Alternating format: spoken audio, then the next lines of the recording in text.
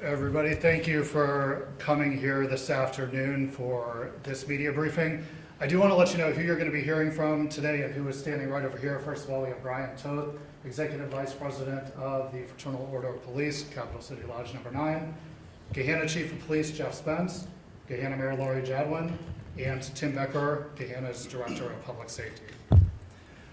During this briefing, we will show you a clip of the body-worn camera footage from today.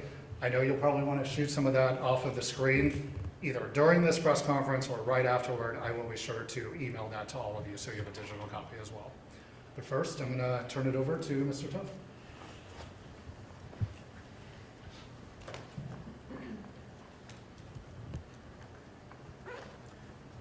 Thank you and good afternoon. Today in Gahanna, police officers were faced with a split-second decision that ultimately saved a life.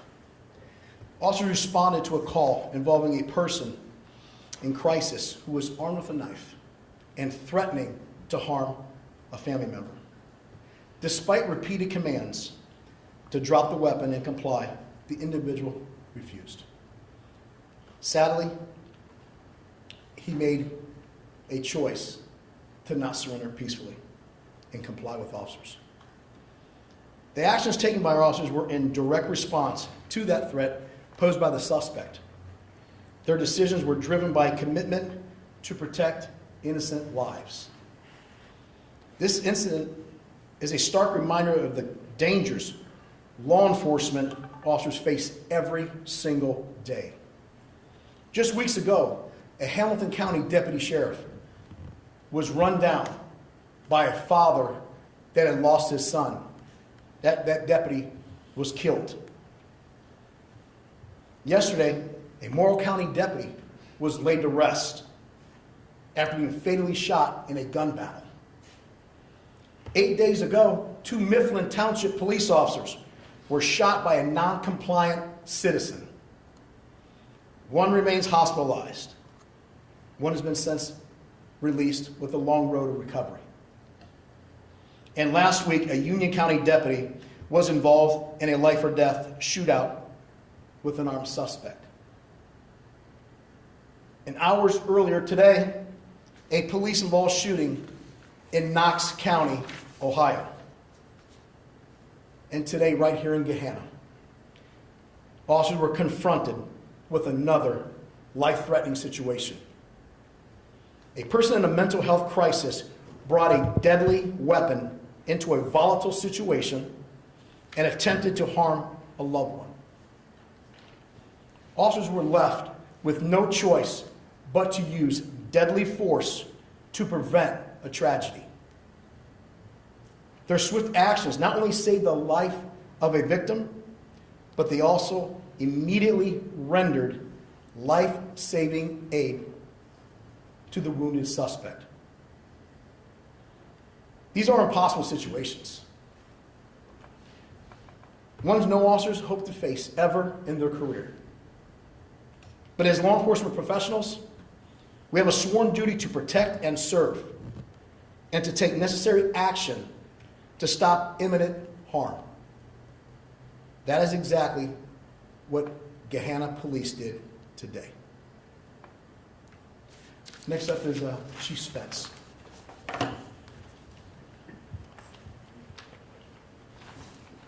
Good afternoon. I'm going to brief you a little bit on the events leading up to this situation, and then, as you're well aware, this is an active investigation by BCI and our own internal detectives. This morning at 9:39 a.m., officers of the Gahanna Division of Police responded to a call for service in the 300 block of Lincolnshire Road on a report of a suicidal individual. Upon arrival, the first officer on the scene made contact with one of the family members of this individual, who was later identified as Mekhi McMillan, age 19. The officer tried to have Mr. McMillan exit the home, which he did not. Quickly became a verbal struggle that he could overhear as he was waiting for his backup officer. The officer immediately went into the home, backup officer right behind him. They encountered McMillan armed with a knife, which is here, and we'll provide a copy for you. Threatening relatives.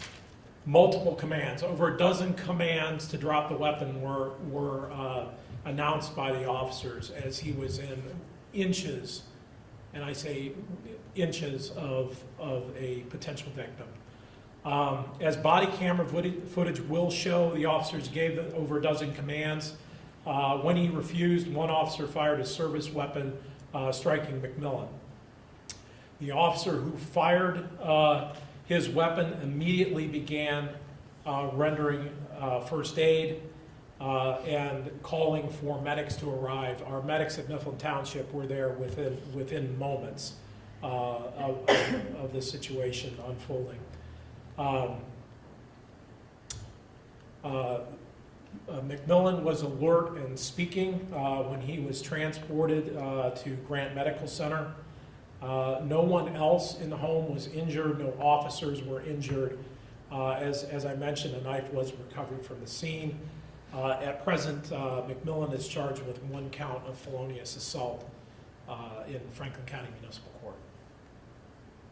And with that, we'll take some brief questions. As I said, this investigation is ongoing. BCI is here doing their investigation, and then our companion investigation on the events leading up to today is ongoing. This was obviously a mental health call. Does Gahanna Police have like a specialized unit to handle mental health calls or things like this? Absolutely, we do. All of our officers, I think 99% of our officers are CIT trained in critical incident team training. We have specialized resources who specifically focus in the mental health space. Well, they were not the initial officers. They were within moments of arriving to that scene. Again, this was rapidly unfolding, seconds.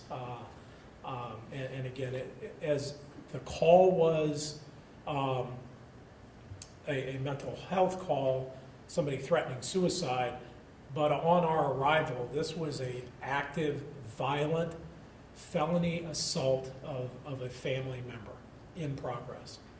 Was that family member okay? Yes. Have your officers made contact with this gentleman before?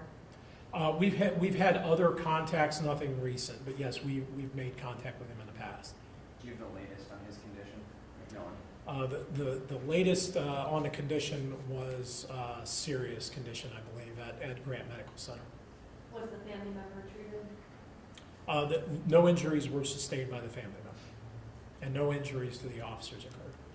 Just one shot was fired, sir? I'm not going to get into specifics. Again, that's all under investigation by BCI, and they'll certainly have all those details as it unfolds. Chief, given what's happened in Central Ohio in the last week and a half, what went through your mind when you heard shots fired, officers involved? Well, as a matter of fact, I think just a couple of days ago, I was speaking to Eric Halpern from Channel 4 on this very subject. After obviously the Mifflin Township incident hit very close to home for us. We were one of the first responders to that scene. We've been besieged by violence throughout Central Ohio. Not too many months ago, we had another officer-involved shooting here in Gahanna. It does take its toll. We just had officers up in Morrow County laying to rest that deputy. So, within 24 hours, I'd also say within 24 hours, not last night, we were on another felony domestic violence in which an individual was holding a gun to the head of an acquaintance, a girlfriend. We responded to that situation. That was just fresh in our response, and then this unfolded this morning. And Chief, I know a lot of you guys have questions about the incident itself. I don't want to forget about the body camera footage. So if you guys want to take a look at one of the screens again, I will send you a digital copy probably within a few minutes of this press conference. Recording.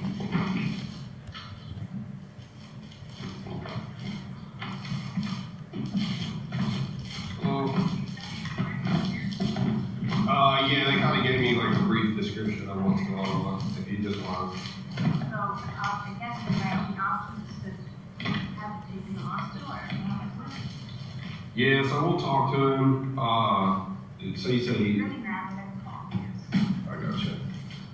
I'm just, I got another car pull up here. I'll wait. Can you have him come out here? Okay.